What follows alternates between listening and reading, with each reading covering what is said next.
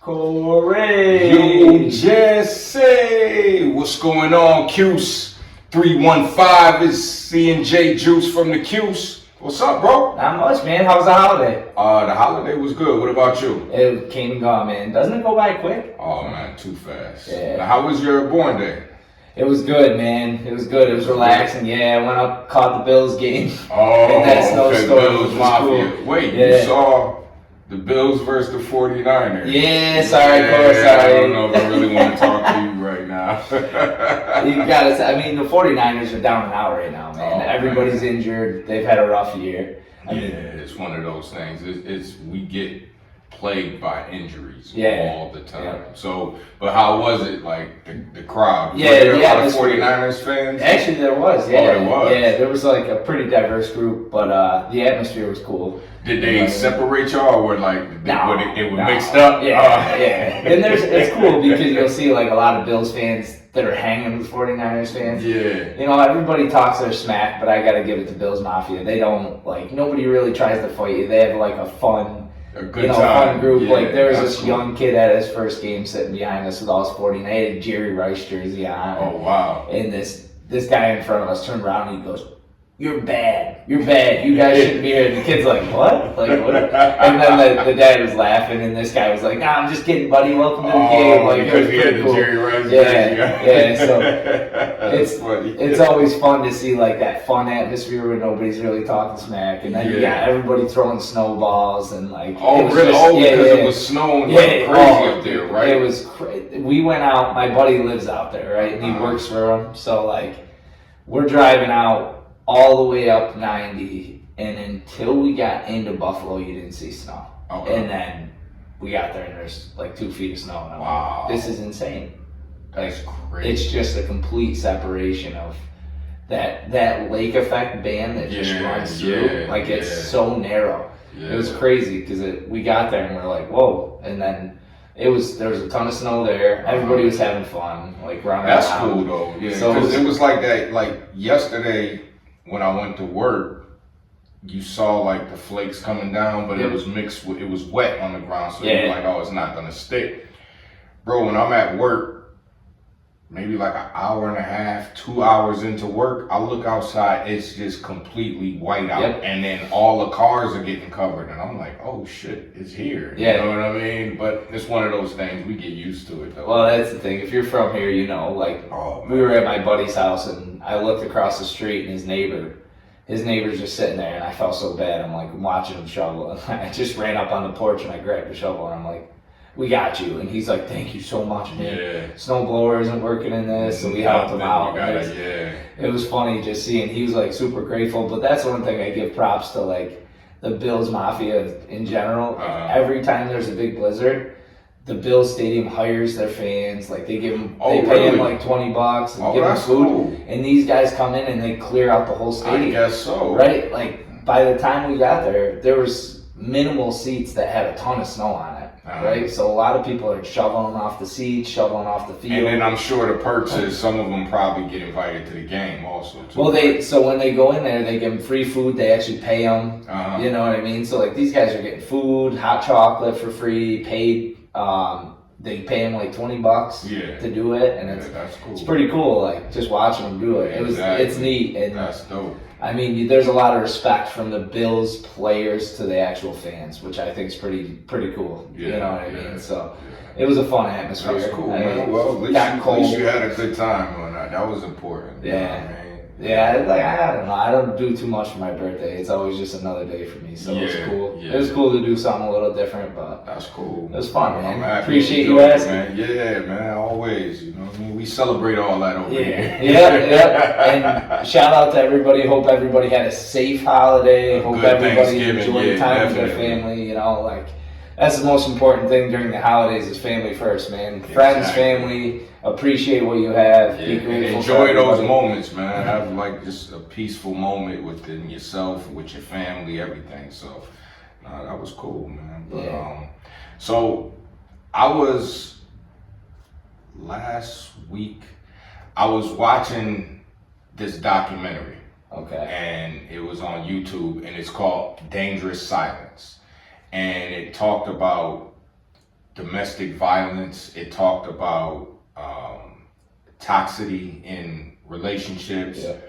And it was funny because as I was watching that, and you know, you scroll down in YouTube, or you'll get more, what's the word, when they pop up, like different pop-up ads or different things, but not ads. These were actually more articles, but it was talking about Diddy and R. Kelly. Okay. Something that I know we haven't really spoke much on. Yeah.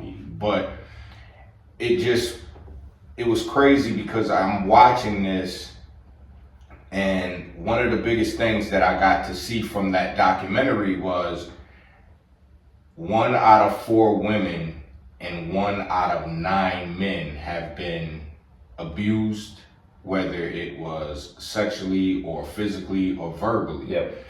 And it just made me think about a lot of that stuff that is being said about Diddy, allegedly.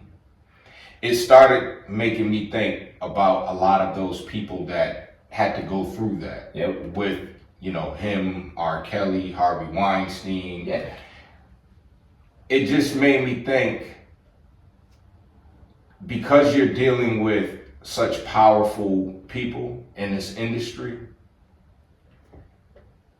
a lot of those victims, they get blamed, their stories go unheard of, and you hear a lot of these women and men tell these stories, and you feel so bad for them because a lot of them were young. Yeah, yeah. And they were pushed into this lifestyle, whether it been they wanted to be in fashion, they wanted to be in music, because you know, when you're going into those things, and you know, you have these expectations of how you want everything to play out for your life and your career.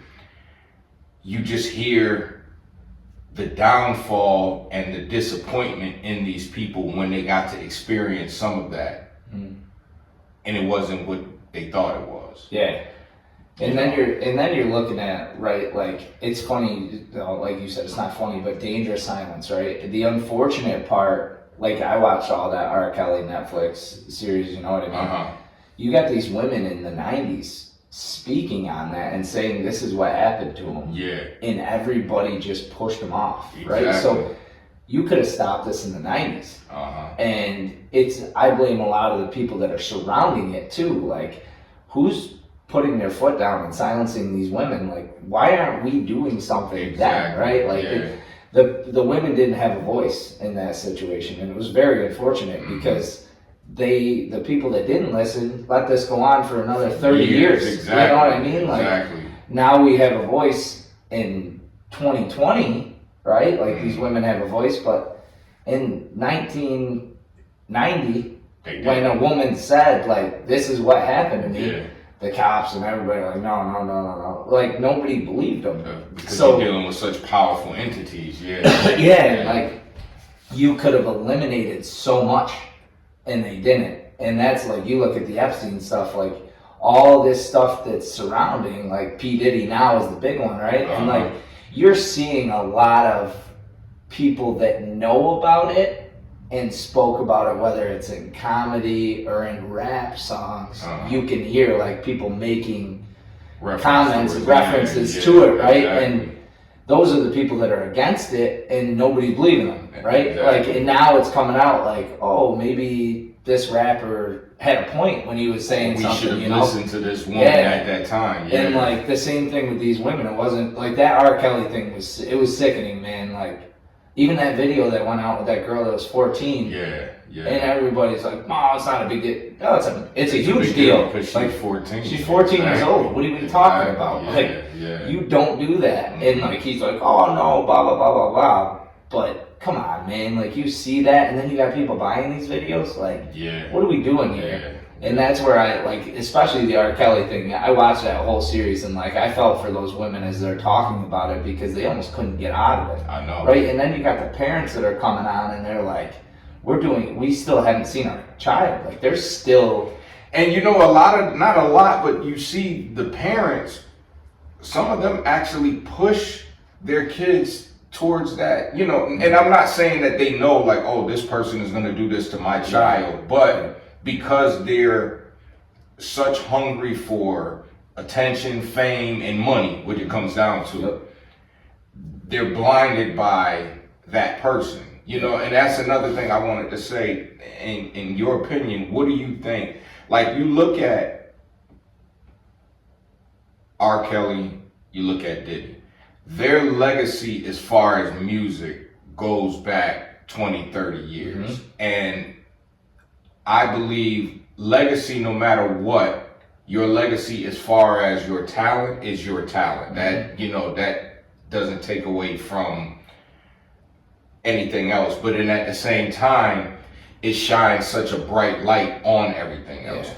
What do you think, in your opinion, happens to their legacy in this sense because of everything that's going on in their lives now? Because if you notice, they don't mention, like, they'll mention Diddy, but somewhere they'll reference R. Kelly also in there. They'll reference Epstein, you know, and then we're still waiting on this list, which I know a lot of celebrities are shitting bricks right now because they're scared. Because a lot of things are going to come out, because so much now what's happening is you're getting, like in the R. Kelly documentary, now you're getting the Diddy's, and you're getting a few documentaries where the victims are actually coming out and they're saying things that was happening to them when they were anywhere between the ages of, like, let's say 6 to like 14 or 15.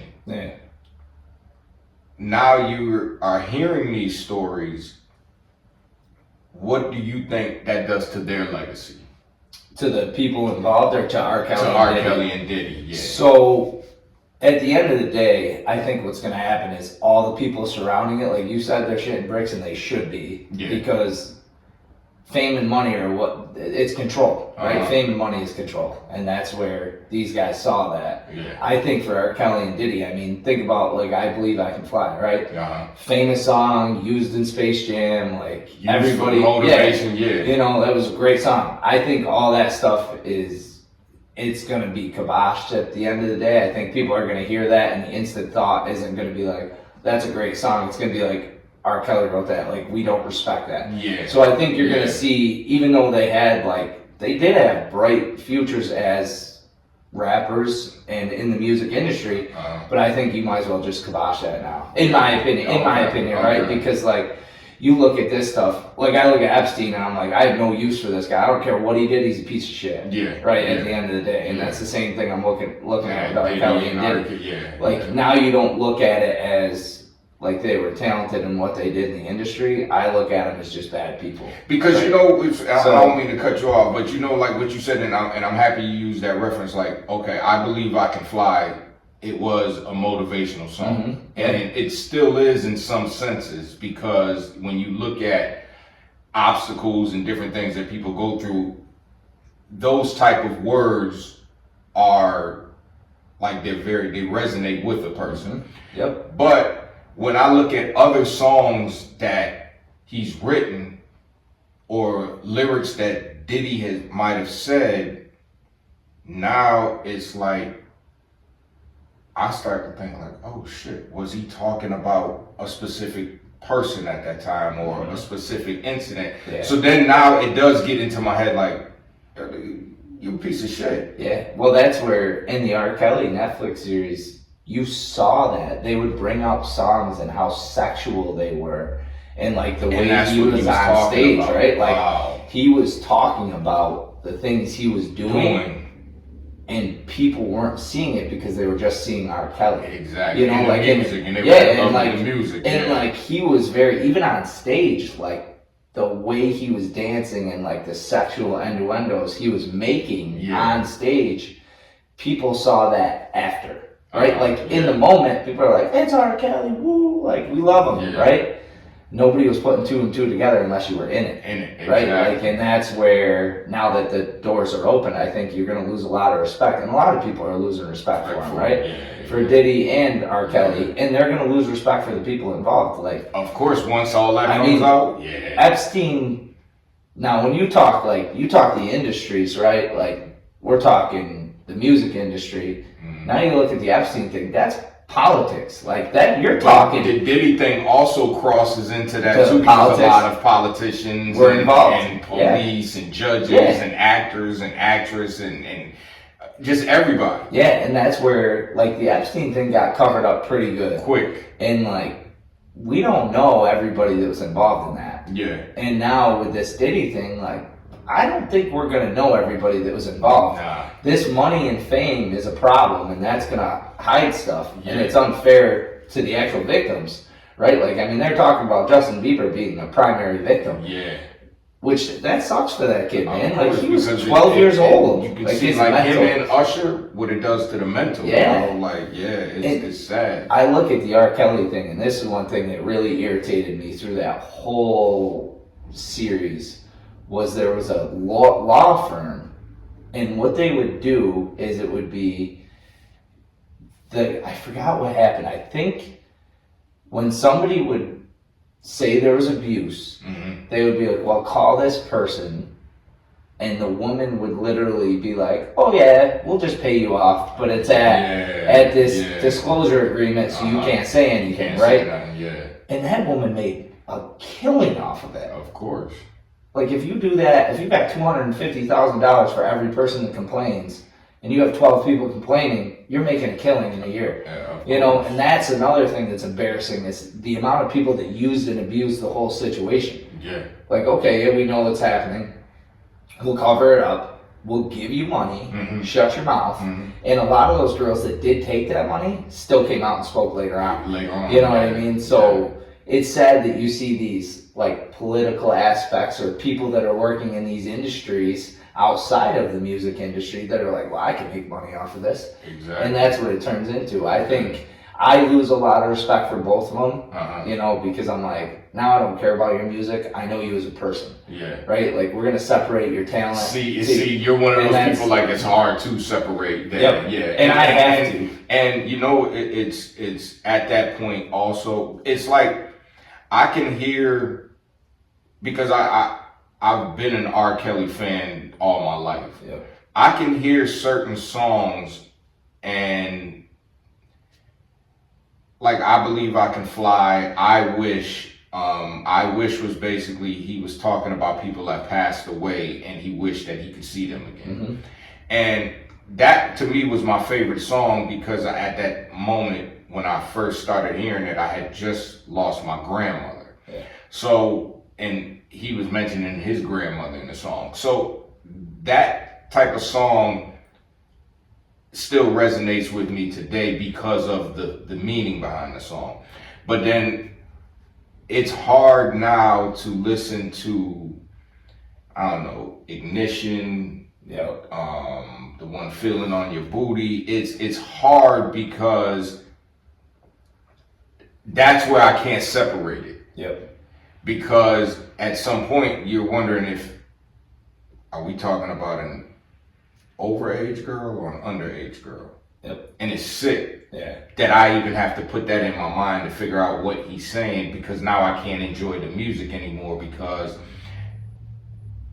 if you're going down that route and then all the things that you've been associated with down that route, it's hard now to not separate. It's hard to just look at the man and just be like, damn, bro. Like, and like you said, they had R. Kelly, the way he was headed before everything came out, literally was going down as probably one of the greatest musicians of our time, of our times before us and after us, because you know he's a little bit older than us. So he had, and Diddy, just what he did musically may not ever get captured again by anybody. So, you know, you look at the legacy of them, but now everything attached to them now is just like, you know, it's just like Weinstein, Bill Cosby. You can't mention Bill Cosby and the Cosby Show and everything that he did for, you know, Black America, just America in general, without everything that he did in his private life. Yeah, well, you can almost go look at the O.J. Simpson thing, right? Yeah. Like, and this is separate, but when you look at how we're looking at his person overall, right? He was a great football player. Yeah. You know what I mean? Yeah. Nobody really thinks of him about that anymore. Not they just anymore, say, "This is the type of person you are," right? This like is how he was when when he died. you do these things, you ruin your own reputation, right? And like we can make judgment. Everybody's gonna have an opinion. There's gonna be people listening that have a completely different opinion than I do. There's gonna be people that still agree with R. Kelly and Diddy and you know saying and that's why I'm saying allegedly, because I'm also one of those. Well, not R. Kelly, but in a Diddy sense. But I do think not everybody's lying in that Diddy thing. Do I think some people try to benefit off of other people's pain? Of course I do. But not everybody's lying. You know what I mean? So did I think a lot of the stuff that's coming out about him that he did? Of course. I just it's too many stories matching up. Too many victims and some celebs that are speaking out against him are all telling the same thing. It's like that wall is white. And they're you saying, can tell that wall is white. So if somebody comes in here and tries to make us believe it's something different, that it's blue, they're gonna be like, "Listen, buddy, it's white." You know what I mean? Too many people that said the same thing. You know, so and there's predominant, celebrities that are saying these things. It's people that a lot of people have respect for. So it's like, okay, we respect these people, but then again, we got to look back and say, well, we respected R. Kelly and P. Diddy too at one point, right?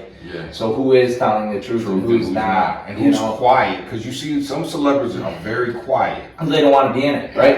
Because I would hope that, or are they quiet because they're afraid? Oh, I remember that part. Well, that's the other thing too, and that's where people are gonna be like, we did go. Like, what do we do? Were there. Exactly. So now our name's going to be put in it, and then you instantly lose your reputation because your name just gets thrown in that little bit of pot. And if you did something, that's even worse. It's guilty by you should go down also. Guilty by association. You know what I mean? So if they're involved at all, right? They may not have been the primary person involved, but the fact that they showed up and walked through that door, now they're going to be labeled jumbled into that mix. So it's unfortunate. Like these things that happen, I feel so bad for the victims because it was out of their control, especially young victims. I mean, what are we doing here? But that's where money and fame and power dominate, right? Like you see it, whether it's R. Kelly, Diddy, you can talk about the Nickelodeon thing. Like you can go all the way back to that where these kids were sexually assaulted by the producers, and then and things that went on in Hollywood also. And then when you look at this stuff, right? People know about it and they still hire him. Of course. Like that's what blows my mind. It's like, there's people that knew R. Kelly was doing this stuff and they're like, "Oh, it's R. Kelly," right? And he's making it. He's doing this for us. And how much money are we gonna make? Exactly. And that's the sickening part. Like this is, and I bring up the Nickelodeon thing, which is kind of off par, but that thing was another situation where these young kids were sexually assaulted by the producers.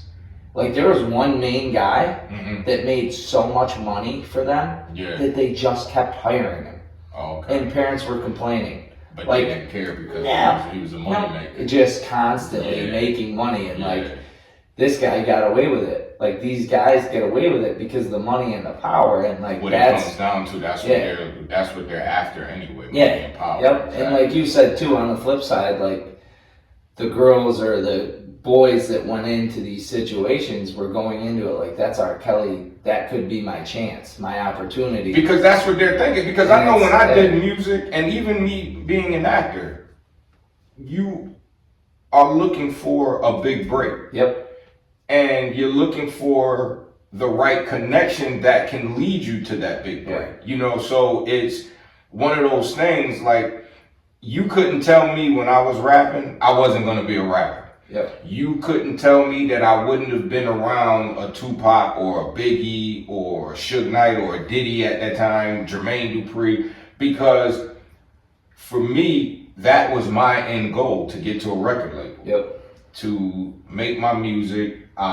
It wasn't necessarily I would say just about the accolades that come with it, the money, the awards, the women, the jewelry, the car, because those are things that, those are material things. So they will come, not necessarily women, but they'll come with that territory. Yep. For me, it was more about making my name a household name. So I never really wanted to go the independent route because I knew with the independent route, even though you would make more money, you have to put in more work because you're dealing with a smaller label, you're dealing with a smaller budget.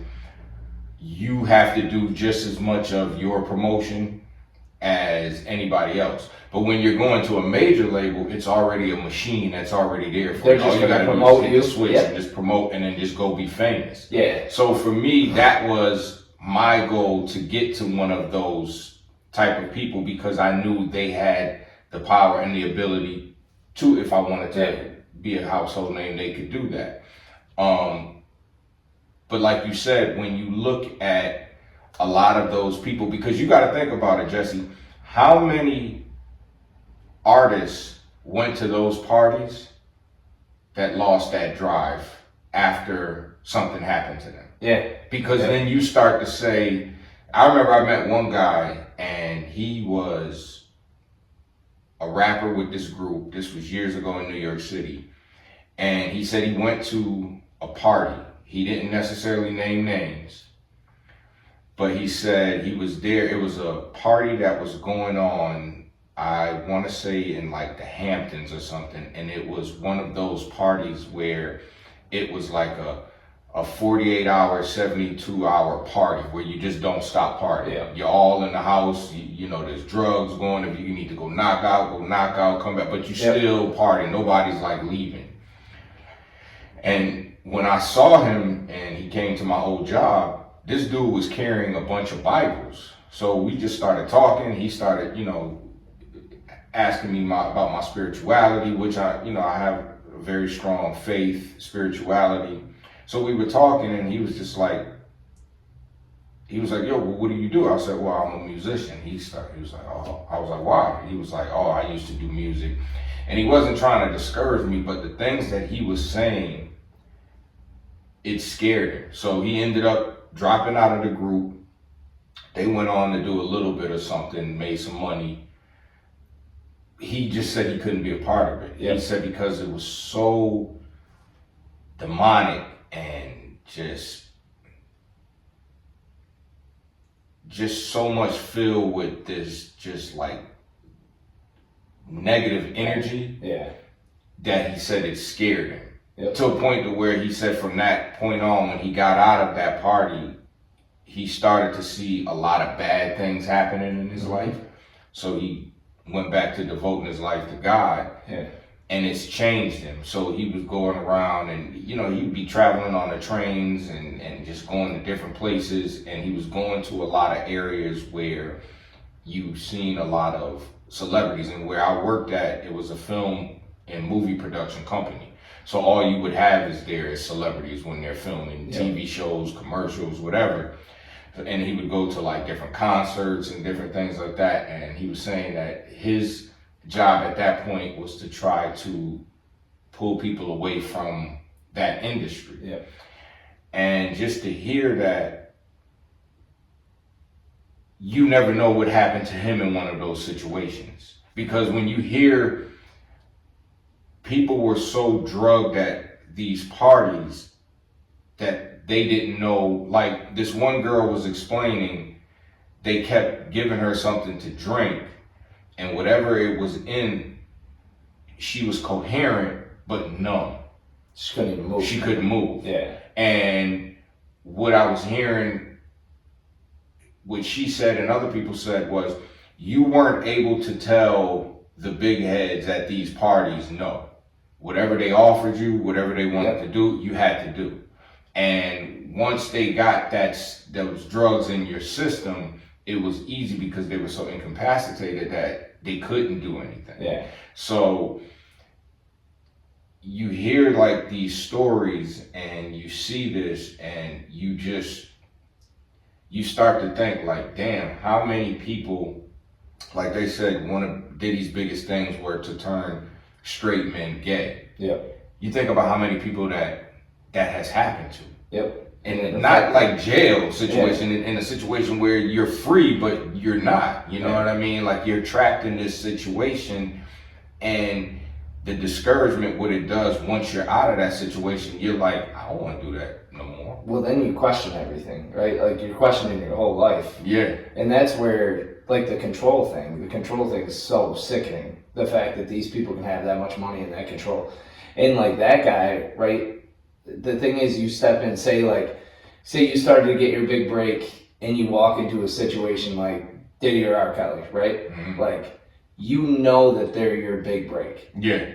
But now you got to look at yourself and your personal dignity and say, do I separate myself or do I go through with this, right? And like, that's where you have to, I mean, it may ruin your career. Mm-hmm. Like, you have to make that choice. Yeah. And unfortunately, a lot of people made the choice to stick into it because of their fame, right? Like, and it's unfortunate because now you got to put yourself in that situation and say, do I be the bigger person and step away? I'm going to ruin my career. Yeah. Like, I'll never be able to do this. Maybe it'll be a lot harder. Maybe I can do it, but it's going to be way more difficult. Whatever they slander they put on my name. Yeah. So now you gotta pick that dignity over money. Right, that's what it comes down to. It comes down to hard. It is like, and I've never been in that situation, so I can't say whether I know what I would do. Yeah. But these guys got to start thinking that way, and like once you get in too deep, you're done. Mm-hmm. Right, like you're done. And there's these expectations you'll never get caught. R. Kelly never thought he was getting caught. Of course he did. He didn't think he was getting caught. And you looked at like the R. Kelly, how many times he just kept putting it blatantly in our face. And nobody knew. And like you said, because in his mind, I'm R. Kelly. Yep. I'm normal. Bigger than life itself. So it should be whatever. And then you don't know, again, how many prosecutors and judges and whoever got paid off. That were involved. Oh, yeah. Got paid off. And here's the thing, too, right? Like I said, I mean, in the 90s, this was happening. Like, people were admitting it. And, like, the women were coming out. And they're taking their voice away because of money, right? Like, these judges are like, he just paid me $300,000. I don't care what you say. And then they'll look at that person's reputation. Well, you do go to these parties and you are acting like this, so maybe it just was, a bad night. But that's that's the thing that makes me so angry when it comes to like women that do speak out. I'll say a majority of men turn it on the women. Of course. Like, come on, man.